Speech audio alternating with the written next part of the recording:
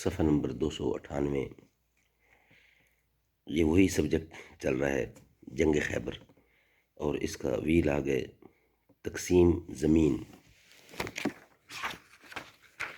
اردو زبان میں سرور عالم صلی اللہ علیہ وسلم کی سیرت پر جامع ترین کتاب سیرت النبی صلی اللہ علیہ وسلم، علامہ شبلی نعمانی رحمۃ اللہ، علامہ سید سلیمان ندوی رحمۃ اللہ، جلد اول،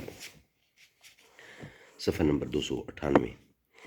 تقسیم زمین، زمین کی تقسیم کے بارے میں۔ خیبر کی زمین 2 برابر حصوں میں تقسیم کی گئی۔ نصف بیت المال، مہمانی اور سفارت وغیرہ کے مصارف کے لیے خاص کر لیا گیا۔ باقی نصف مجاہدین پر جو اس غزہ میں شریک تھے مساوی حصوں میں تقسیم کیا گیا۔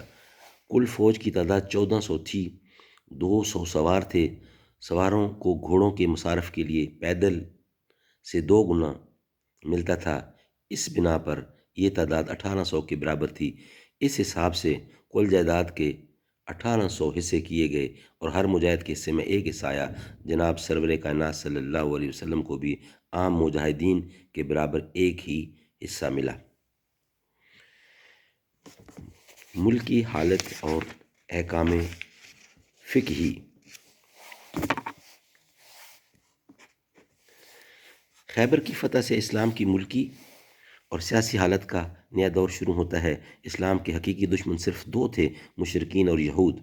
اگرچہ مذہباً باہم مختلف تھے لیکن سیاسی اسباب کی بنا پر ان سے اتحاد پیدا ہو گیا تھا۔ مدینہ کے یہود عموماً انصار کے حلیف تھے، اسی طرح خیبر کے یہود غطفان کے حلیف تھے۔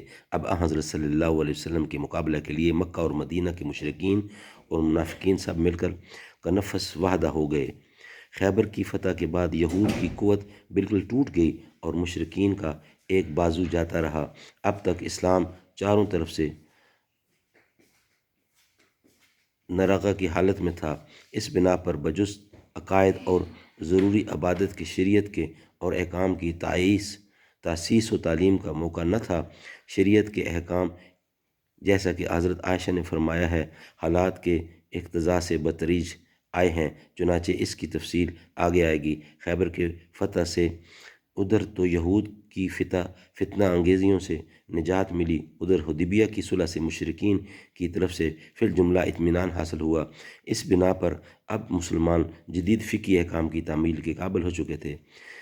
ارباب سحر نے غزوہ خیبر کے تذکرہ میں عموماً ذکر کیا ہے کہ اس موقع پر متعدد جدید فقہی احکام نازل ہوئے اور حضرت صلی اللہ علیہ وسلم نے ان کی تبلیغ کی۔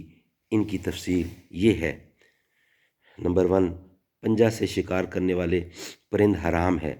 نمبر 2، درندہ جانور حرام کر دیے گئے۔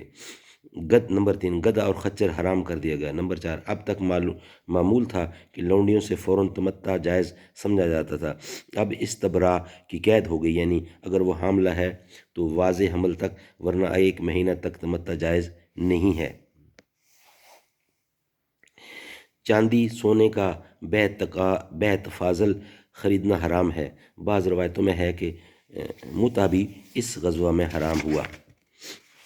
صدق اللہ العلی العظیم و صدق رسول